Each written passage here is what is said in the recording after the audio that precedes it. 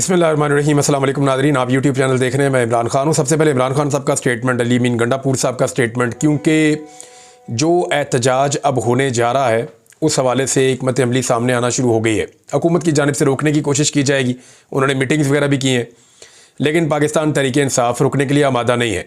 कल के दिन में जो कुछ भी पूरे पंजाब में हुआ वो अपनी मिसाल आप है, और पॉलिटिकल पार्टीज़ जो हैं वो इतनी तगड़ी कभी भी नहीं थी जितनी पाकिस्तान तहरीक इंसाफ को सपोर्ट मिल गई पब्लिक की। और ये हादसाती तौर पे नहीं हुआ, इसमें तहरीक इंसाफ ने बड़ी मार खाई है। अपने मौक़िफ़ के ऊपर बड़े लंबे अरसे तक वो डट कर खड़े रहे हैं।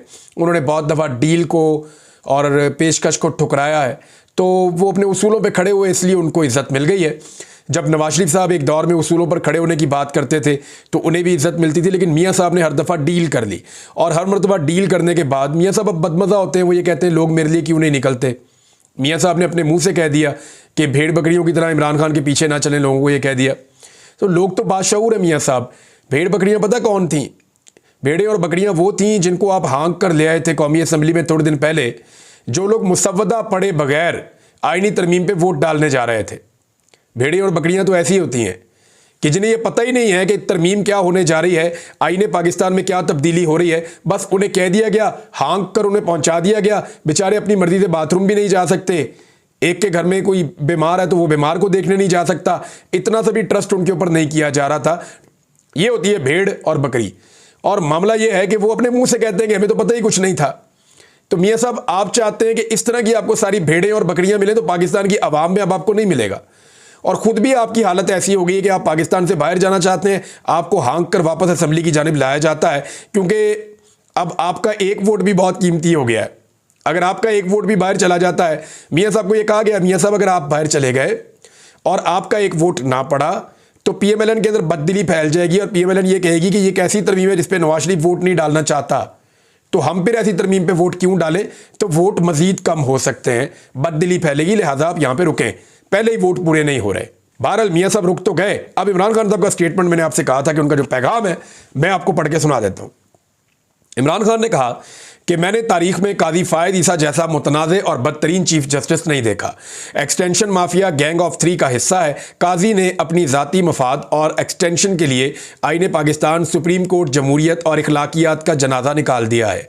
काजी ने लंदन प्लान पर अमल दरामद को यकीनी बनाया है और भरपूर कोशिश की है कि लंदन प्लान के मुताबिक तहरीक इंसाफ मुकम्मल तौर पर क्रश यानी तबाह हो जाए। नवाज शरीफ ने तमाम केसेस उनके माफ़ हों और मैं जेल में ही रहूँ।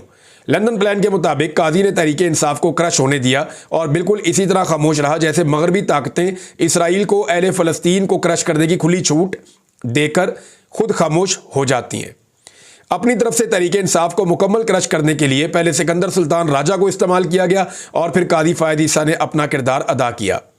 कमिश्नर रावलपिंडी ने इन दोनों की मिली भगत से पर्दा उठाया और सारी साजिश को बेनकाब कर दिया। कमिश्नर रावलपिंडी का हर इल्ज़ाम दुरुस्त साबित हुआ है। काजी और सिकंदर सुल्तान राजा ने मिलकर ऐसा माहौल बनाया कि तहरीक इंसाफ को मैदान में रहने का मौका ही ना मिल सके। इंट्रा पार्टी इलेक्शन के नाम पर तहरीक इंसाफ से इसका इंतखाबी निशान छीन लिया गया। किसी भी सियासी जमात से अगर इंतखाबी निशान वापस ले लिया जाए तो इस जमात को कलादमी तस्वुर किया जा सकता है, क्योंकि इसके वोटर्स को अपना वोट कास्ट करने के लिए बैलेट पेपर पर निशान ही नहीं मिलता।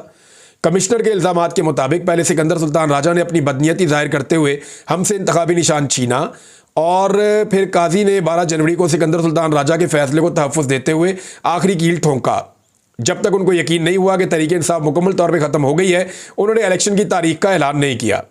8 फरवरी के इलेक्शन के मौका पर उन्हें यह गुमान था कि अब तहरीक इंसाफ कभी भी जीत नहीं पाएगी, क्योंकि ज़ाहिरी तौर पर अपना इंतखाबी निशान ना होने की वजह से जमात मैदान में मौजूद ही नहीं थी। लेकिन अवाम ने इनकी तमाम तर मनसूबाबंदी को नाकाम बना दिया और 8 फरवरी को एक इनकलाब आ गया। इस वक्त काजी 8 फरवरी के मैंडेट चोरी को तहफ़्फ़ुज़ देने के लिए मुकम्मल डिटाई के साथ कभी इलेक्शन ट्रिब्यूनल सुल्तान राजा की मर्जी से लगाने का फैसला देता है, कभी सारे कवायद व ज़वाबित को रद्द करके गैर कानूनी बेंच तश्कील देते हुए हॉर्स ट्रेडिंग चाहते हैं। लेकिन हम उसका रास्ता रोकेंगे, क्योंकि ये अवाम को गुलाम बनाने की साजिश है। अप्रैल 2022 में जब हमारी हुकूमत साजिश करके गिराई गई तो इल्ज़ाम लगाया गया कि पाकिस्तान दुनिया में मुकम्मल तौर पर तनहा हो चुका था, जो कि सरासर झूठ पर मबनी प्रोपेगेंडा था। हमारे दौर में पाकिस्तान में 2 इस्लामी कॉन्फ्रेंसेस हुई, जिनमें सऊदी वली अहद मोहम्मद बिन सलमान ने शिरकत की। इस नौयत की कॉन्फ्रेंसेस पाकिस्तान में 17 साल के बाद मुनक्किद हुई। इन कॉन्फ्रेंसेस में चीन के वज़ीर ख़ारजा ने ख़ुसूसी तौर पर शिरकत की। अगर सऊदी वली अहद इज़्ज़त माब जनाब मोहम्मद बिन सलमान के हमारी हुकूमत के साथ ताल्लुकात बेहतरीन ना होते तो इन कॉन्फ्रेंसेस का इनकाद नामुमकिन था। ये सारा झूठा प्रोपेगेंडा जनरल बाजवा ने फैलाया था। इमरान खान साहब ने कहा जी डू और डाई, निकलो पाकिस्तान के लिए, और सारे पाकिस्तानियों को उन्होंने कहा कि ये अब सर्वाइवल का मामला है। अली अमीन गंडापुर साहब ने क्या कहा वो भी बड़ा इंपॉर्टेंट है। अली अमीन गंडापुर ने कहा कि अब हम पूरी तैयारी के साथ खैबर पख्तूनख्वा से आएंगे, और वफाकी हुकूमत और इत्तेहादियों को तनकीद का निशाना बनाते हुए उन्होंने कहा कि ना तो हम तसादुम करना चाहते हैं ना किसी को नुकसान पहुंचाना चाहते हैं, लेकिन हुकूमत हमारा रास्ता रोकने के लिए ओछे हथकंडे इस्तेमाल कर रही है। अली अमीन गंडापुर ने कहा कि सूबे के चारों रीजन से ताल्लुक़ रखने वाले पाकिस्तान तहरीक इंसाफ के अरकान असम्बली और दीगर पार्टी कायदीन ने अलग अलग उनसे मुलाकातें की, और 4 अक्टूबर को इस्लामाबाद में पुरअमन एहतजाज के इंतजामात पर तैयारियों पर तफसीली तौर पर मुशावरत की गई, और ज़्यादा से ज़्यादा लोगों की शिरकत यकीनी बनाने के लिए हिकमत अमली को अमली शक्ल दी गई। अब एक तरफ तो अली अमीन गंडापुर साहब आ रहे हैं, उन्होंने कहा जी पहले हमारी कुछ मनसूबाबंदी नाकस थी, इसलिए हमें रस्ते में से वापसी का फैसला लेना पड़ा। कारकुनान और रहनुमाओं के पास मियारी मास्क नहीं थे, हिफाजती आलात नहीं थे, लेकिन इस बार मखसूस और तरबियत याफ्ता दस्तों समेत जो काफ़िले हैं वो पहले पहुंचेंगे, और जो मेन काफ़िला है वो उसके पीछे आएगा। पिछली मरतबा मशीनरी हमारी पीछे रह गई थी, हम आगे निकल गए थे, और मशीनरी को आगे लाना मुश्किल हो रहा था, लगातार शेलिंग थी, तो हम यानी एक तंजीम का फुकदान था थोड़ा सा, लेकिन लोगों ने बड़ी बहादुरी के साथ क्रॉस किया था उस सारे एरिया को, रुकावटों को। तो गंडापुर साहब कह रहे हैं जी इस दफ़ा हम प्रॉपर तैयारी के साथ आएंगे, पहले आगे मशीनरी को और काफ़िलों को भेजेंगे, उन लोगों को जिनको ये सारे रास्ते खोलने आते हैं, नौजवानों को, और उसके बाद पीछे जो मेन काफ़िला है वो जाएगा, उसकी क़यादत अली अमीन गंडापुर साहब खुद करेंगे। ये है जनाब सूरत हाल। इसमें डॉक्टर आरिफ अलवी साहब ने भी स्टेटमेंट दिया, उन्होंने अवाम से पुरअमन एहतजाज के लिए अपील की है। उन्होंने कहा जी हमारा हक है, और पाकिस्तान तहरीक इंसाफ का रिकॉर्ड है कि जी वो पुरअमन एहतजाज करती है, लिहाजा पुरअमन तरीके से एहतजाज करें, लेकिन पुलिस जब मारती है, तशद्दुद करती है, जुल्म करती है, तो फिर लोग मुकाबला करते हैं, तो हुकूमत को तशद्दुद से तो गुरेज करना चाहिए, ये तो उसूल है। लेकिन दूसरी जानिब हुकूमत जो कर रही है वो भी सबके सामने है। एक और चीज़ बड़ी ज़बरदस्त है, हुकूमत जो भी करती है ना, इनको उल्टा ही पड़ जाता है, ये जो गड़ा खोदते हैं उसमें खुद ही गिर जाते हैं। मिसाल के तौर पे अभी डॉक्टर जाकिर नाइक साहब पाकिस्तान तशरीफ़ लाए हैं, हम पाकिस्तानी उनको वेलकम करते हैं, बहुत बड़े मजहबी स्कॉलर हैं वो, बड़ा नॉलेज है उनके पास। लेकिन मामला ये है कि डॉक्टर जाकिर नाइक साहब को जब लाया गया तो इस बात के ऊपर बहुत सारे लोगों ने कहा कि शायद उन्हें इस वक्त डाइवर्जन के लिए लाया जा रहा है। हुकूमत ये चाहती है कि तवज्जो डाइवर्ट हो, बजाय इसके कि लोग इस वक्त पाकिस्तान तहरीक इंसाफ, आइनी तरमीम और इन चीज़ों के ऊपर फोकस करें। तवज्जो डाइवर्ट होनी चाहिए, कोई और इशूज़ हों जिनके ऊपर बातचीत की जाए। तो इसलिए क्योंकि पाकिस्तान में नहीं दुनिया में बहुत मकबूल है डॉक्टर जाकिर नाइक, और पाकिस्तान में एक बड़ा मजहबी रुझान भी है, तो डॉक्टर जाकिर नाइक साहब को पाकिस्तान लाया गया, दावत के ऊपर तशरीफ़ लाए हैं वो, और इन्हीं दिनों में आए हैं जब वो आइनी तरमीम वगैरह हो रही है। तो डॉक्टर जाकिर नाइक साहब आए, और उनका जो इंटरव्यू हुआ उसमें अलीना शिगरी साहिबा ने गालिबन सवाल किया निजी टीवी से, और उन्होंने ये सवाल किया डॉक्टर जाकिर नाइक साहब से कि एहतजाज के हवाले से। तो उन्होंने जो एहतजाज पे स्टेटमेंट दे दिया, ये हुकूमत को और मुसीबत पड़ गई। हुकूमत को लगता था कि स्टेटमेंट उसी तरह के होंगे जैसे नॉर्मली ये लोग आते हैं, उनसे वो दिलवा देते हैं, तारीफ़ें करवा देते हैं। तो मुलाकातों की फ़ोटोज़ भी आ गई, उनके ट्विटर से ट्वीट भी करवा दिया, इसहाक डार से मिल लिए, शहबाज शरीफ से मिल लिए। मुझे हैरत हो रही है कि डॉक्टर साहब VPN लगा रहे हैं पाकिस्तान में, तो नहीं, मेरे ख्याल में उनका जो ट्विटर हैंडल है वो पाकिस्तान में नहीं होगा, वो उनकी टीम हैंडल करती होगी और वो पाकिस्तान से बाहर होंगे, लिहाजा वो बड़े आराम से वहाँ ट्वीट कर रहे होंगे, लेकिन उनका ट्वीट पाकिस्तान में शेयर हो रहा है। तो उन्हें अगर पता होता कि पाकिस्तान में VPN लगा के चलता है ट्विटर, तो फिर अगर वो यहाँ ले आते और ख़ुद इस्तेमाल करते तो उनको VPN लगा के पाकिस्तान से ट्वीट करने पड़ते, जैसे कि वज़ीर आज़म करते हैं, वफाकी वज़रा करते हैं, बाकी सारे लोग करते हैं, तो वो VPN लगा के उसको इस्तेमाल करते हैं। डॉक्टर साहब से जब एहतजाज का पूछा गया तो उन्होंने कहा जी ये तो लोगों का हक है और पुरअमन एहतजाज होना चाहिए, एहतजाज अच्छी चीज़ है, बुरी चीज़ तो नहीं है। यानी ये सवाल जब आया तो ये हुकूमत तो ये एक्सपेक्ट कर रही होगी ना कि एहतजाज के ख़िलाफ़ वो बोल देंगे तो हमारा एक नैरेटिव बन जाएगा कि इंतशार फैल रहा है, ये हो रहा है, वो हो रहा है। उन्होंने कहा नहीं जी, बांग्लादेश में आप देख लें, वहाँ एक बड़ी ज़ालिम हुकूमत थी हसीना वाजिद की, वो एहतजाज हुआ बड़ा ज़बरदस्त और वो लोग कामयाब हो गए और बांग्लादेश उसके नतीजे में आगे बढ़ेगा। तो डॉक्टर जाकिर नाइक साहब ने जो जुमले बोल दिए, हुकूमत की उम्मीदों के बरक्स काम हो गया। नॉर्मली यहाँ पे जो भी काम हो रहा है हुकूमत की उम्मीदों के बरक्स हो रहा है।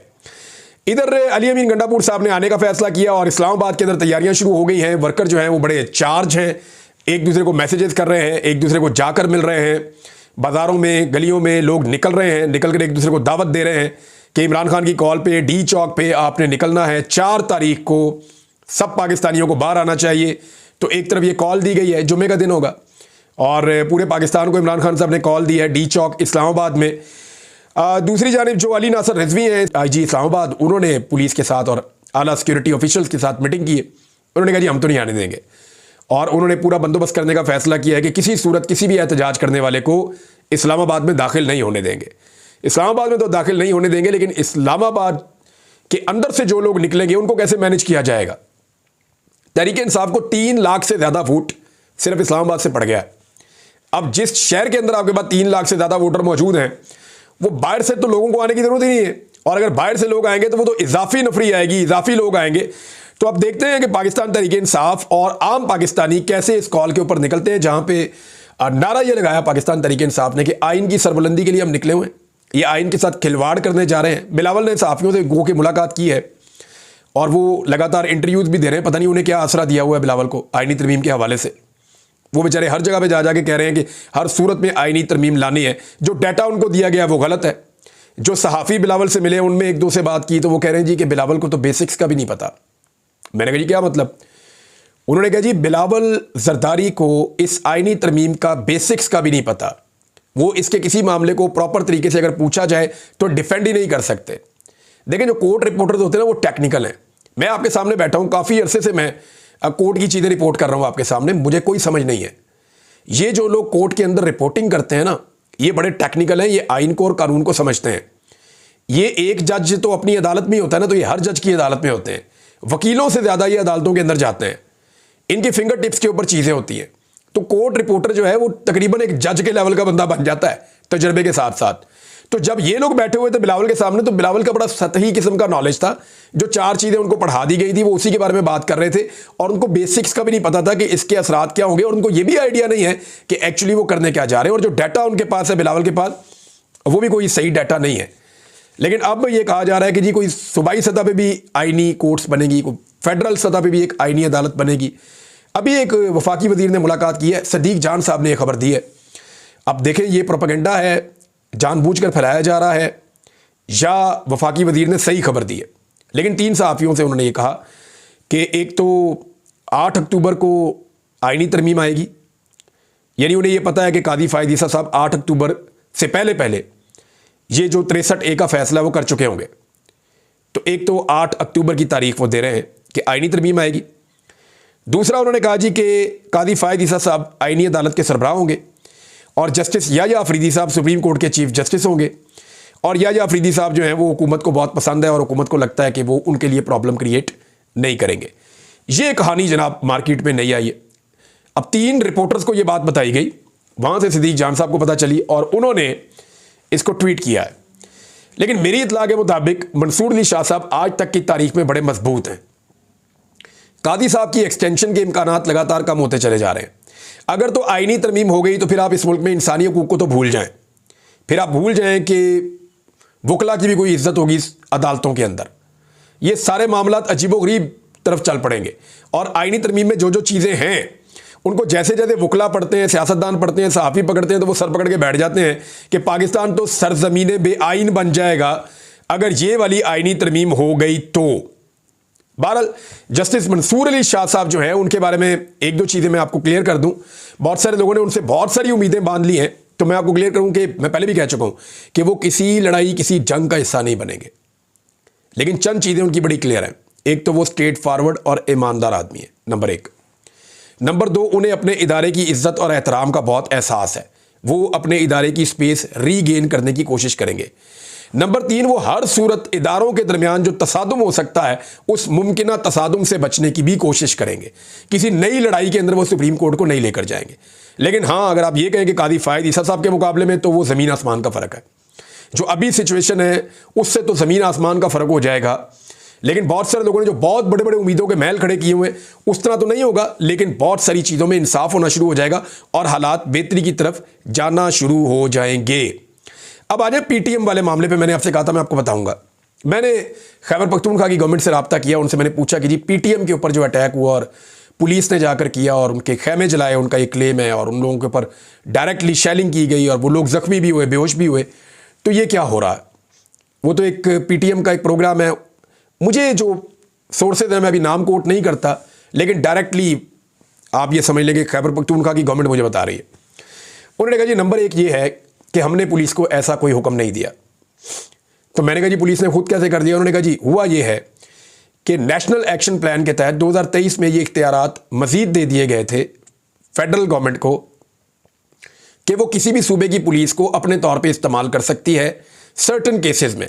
तो ये उन्होंने केस बनाया जनाब कि ये मामलात ये होने जा रहे हैं, लिहाजा इसको रोका जाए।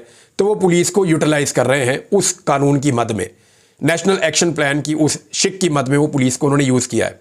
मैंने कहा जी आपका स्टांस क्या है? तो उन्होंने कहा जी कि अभी हम इसके ऊपर मुशावरत कर रहे हैं, क्योंकि ये एक छोटी चीज़ नहीं है।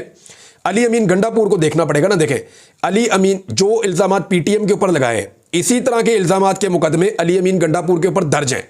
अब कल को अगर फेडरल गवर्नमेंट पुलिस को कहती है कि अली अमीन गंडापुर को गिरफ्तार कर लें, तो उसी शिक के तहत वो गिरफ्तार कर लेंगे। तो सूबाई हुकूमत को ये देखना पड़ेगा कि उनकी डोमेन कहाँ तक है और फेडरल गवर्नमेंट की डोमेन कहाँ तक है, और क्या कहीं कोई मुदाखलत तो नहीं हो रही। बहरहाल वो इसके ऊपर मुशावरत कर रहे हैं। वो कह रहे हैं जी इसके बारे में हम बात करेंगे और इस पर अपना पॉइंट ऑफ व्यू हम देंगे। दूसरा, मुझे बड़ा क्लियरली उन्होंने बताया कि हमारी मुलाकात हुई थी, ये पीटीएम का प्रोग्राम नहीं है, पश्तून तहफ़्फ़ुज़ मूवमेंट का ये प्रोग्राम नहीं है। हालांकि वो इसमें एक्टिव बहुत हैं, लेकिन वो अकेले एक्टिव नहीं है। ये है पश्तून कौमी जरगा, यानी PQJ। ये पश्तून कौमी जरगा है, और ये सिर्फ खैबर पख्तूनख्वा का नहीं है, ये बलूचिस्तान का भी है। बलूचिस्तान की जितनी पश्तून बेल्ट है, वहाँ से बहुत सारे सरदार, बहुत सारे मुशीरान, बहुत सारे जो एल्डर्स हैं वो आएंगे या अपने नुमाइंदों को भेजेंगे। इसी तरह जितनी कबायली बेल्ट है वो, और जितनी पश्तून बेल्ट है, वहाँ से बहुत बड़ी तादाद में, हज़ारों की तादाद में पश्तून आएंगे। 3 दिन तक वो डाटा शेयरिंग करेंगे, और उसके अंदर जो उनका प्लान था वो ये था कि वो डाटा इकट्ठा करेंगे, उस डाटा के हिसाब से वो देखेंगे कहाँ कहाँ पे क्या क्या प्रॉब्लम है, और फिर फाइनली वो एक कंक्लूजन पे पहुंचेंगे। और कोई उन्होंने हलफ भी लेना था कुरान पाक पे, और उसके बाद वो एक नई मूवमेंट शुरू करेंगे। अब इसको पहले से ही शायद प्रीएम्प्ट किया गया कि यहाँ से कुछ नेगेटिविटी ऐसी निकलेगी जिससे पाकिस्तान के इदारों के खिलाफ कोई महाज खुल जाएगा। और उसके बाद आपने देखा जैसी स्ट्राइक उस जगह पे हुई है, अब वो रिटेलिएट कर रहे हैं। वो ये कह रहे हैं कि अब दोबारा कोई आएगा तो हम जवाब देंगे, जैसा कोई हमारे साथ सलूक करेगा हम वैसा ही करेंगे। बहुत बड़ी तादाद में नौजवान भी वहाँ पे पहुँच गए हैं। खुदा न खास्ता वहाँ पे कोई हादसा भी हो सकता है, अल्लाह ना करे। अब इसमें जो जरगा है ना, इसके बारे में एक चीज़ मुझे मेरे 2-3 सोर्सेज ने बताई KP से, गवर्नमेंट के जिस बंदे से बात हो रही थी उसने भी यही कहा। उन्होंने कहा जी हमारी तो जंगों का फैसला जो है वो भी जरगे में हो जाता है, जंगों का फैसला भी जरगे में हो जाता है। लिहाजा जरगा तो हमारा एक ऐसा जरिया है जहां पे वो चीज़ें जिन पे क्लैश होने का खतरा होता है हम जरगे में बैठ के हल कर लेते हैं। बहुत सारे कबायलियों की लड़ाई होती है, वो जरगों में हल हो जाती है।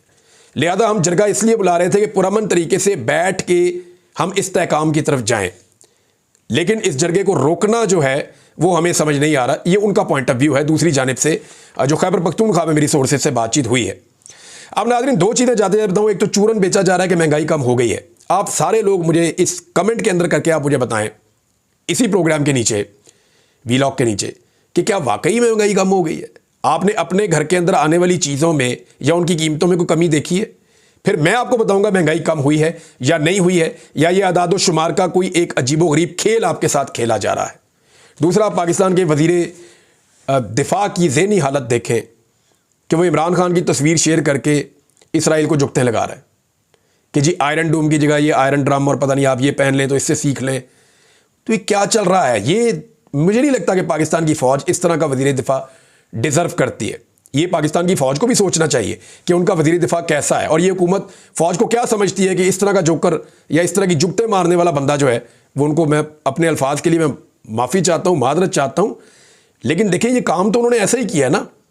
एक जुगते मारी है उन्होंने, वो और जुगते ही मार रहे हैं लगातार वो। तो क्या हमारी मिलिट्री जो है दुनिया की बेहतरीन फ़ौजों में से एक, वो डिज़र्व करती है ऐसा वज़ीर दिफा? पता नहीं। अब तक के लिए इतना ही। अपना ख्याल रखिएगा, अपने इस चैनल का भी। अल्लाह हाफ़िज़।